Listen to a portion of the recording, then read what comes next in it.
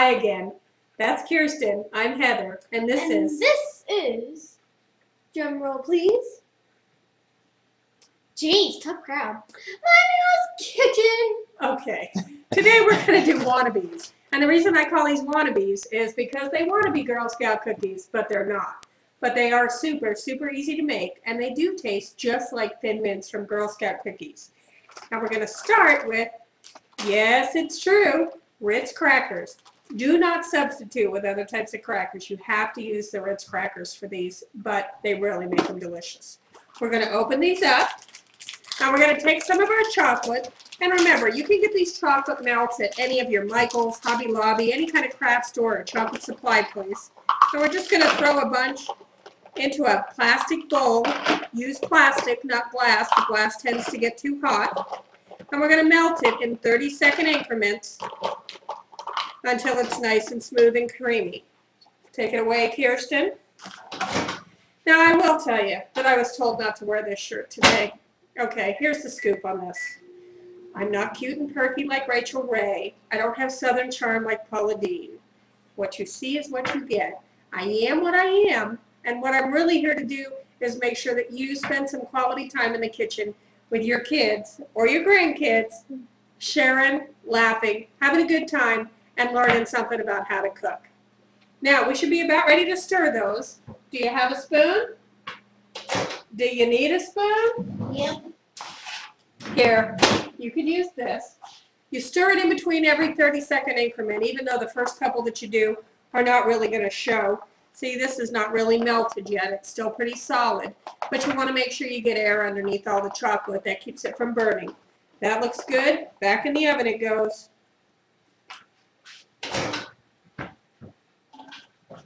All right. While we're waiting for her to do that, I'm going to tell you a little bit about the peppermint oil that we're going to use. Now, I do use Loran. You can get this even at Walmart now is where I got this. It's about $3. You get 2 little tubes of this oil, and this is pure peppermint oil. Now, oil comes in a variety of flavors now. You can get root beer, tangerine, lemon. Anything that you add this to is just going to enhance the flavoring of anything that you're baking. So even when I'm baking, if I'm making something with lemon, even though I use lemon zest or lemon juice or even lemon peel, I'm still going to throw a little bit of lemon oil in. It's a concentrated flavoring that adds kind of a burst to whatever you're making. Now our chocolate ought to be about ready. Let's take a look at it. We're going to stir it up. There you go. Now remember, we're looking for smoothness. Now see how much smoother that is now? This is only the second time that we've done it for a 30-second increment, so it doesn't take very long to do. Also, it's going to continue to be hot. So if you stir it up, even if you have a few lumps, if you stir it really good for a second or two, it ought to cream up nice for you. So once all that is nice and smooth, and look at it, you can tell that it's really nice and smooth now. We're going to add a little bit of this peppermint oil. Now, it all depends on how much you want to use. Some people use a lot. My husband is all about overwhelming people with flavor. So I'm going to use quite a bit. And we're going to stir that up again. It smells like Christmas. I absolutely love the flavor of peppermint. That's all you have to do. Now, we're going to take a pair of tongs. I bought these tongs for 88 cents at Walmart.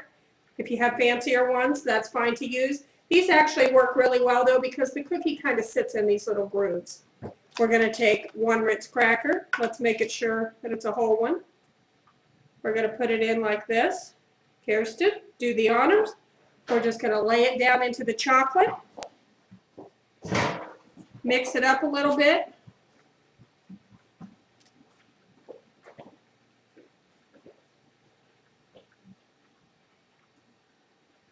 Pull it out. Shake the excess off.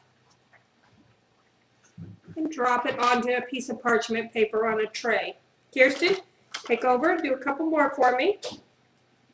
These are so fast to make. They only have to sit in the freezer for a couple seconds, 2 or 3 minutes at the most, and you'll have a great dessert that everybody thinks you spent a lot of time making.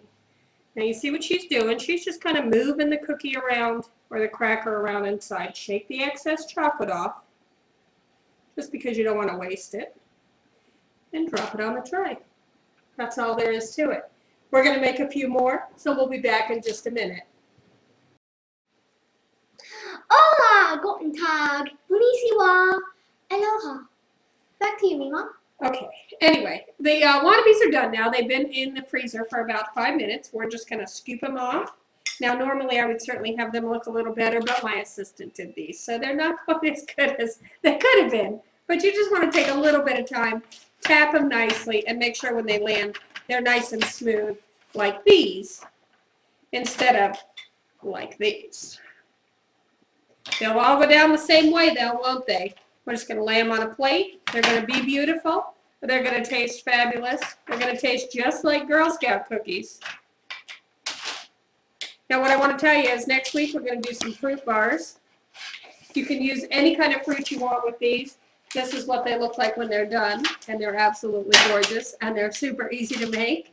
We're also going to, in the future, do more chocolate stuff. It is my passion, after all. Some chocolate boxes.